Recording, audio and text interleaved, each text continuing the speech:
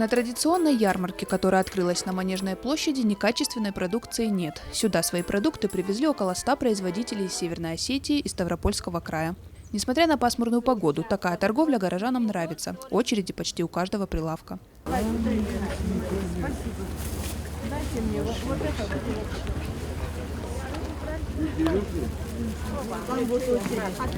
Отбор участников на ярмарку довольно жесткий. Например, Нина Морозова привозит свою продукцию не первый год. Пчеловодство в их семье – потомственное занятие. На протяжении 30 лет они производят высококачественный мед. Сын занимается уже, да, династией Морозовых.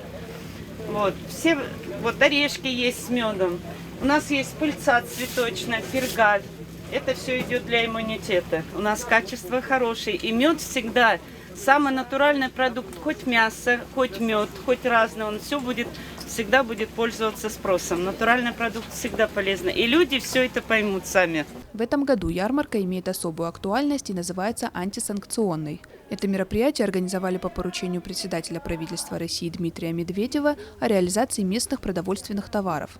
По такими шатрами расположено все, что душа пожелает. От рыбы, мяса и молочной продукции до меховых изделий. Все отечественное от североостинских и ставропольских производителей. Цены ниже рыночных. Вся надежда у местных производителей на то, что после введения санкций и запрет на ввоз продуктов питания из стран Евросоюза и США осетинским и ставропольским товарам будет легче попасть на прилавки по всей России.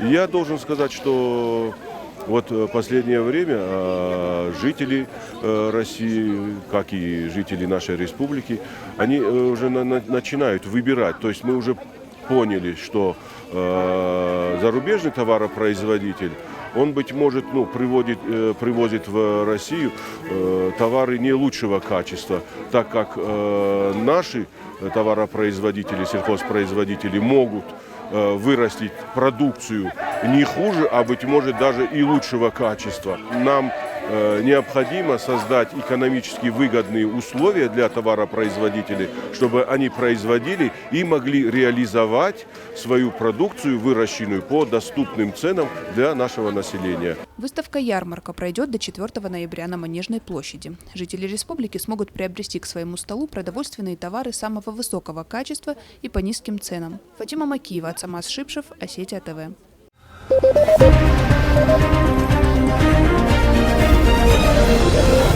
Thank you.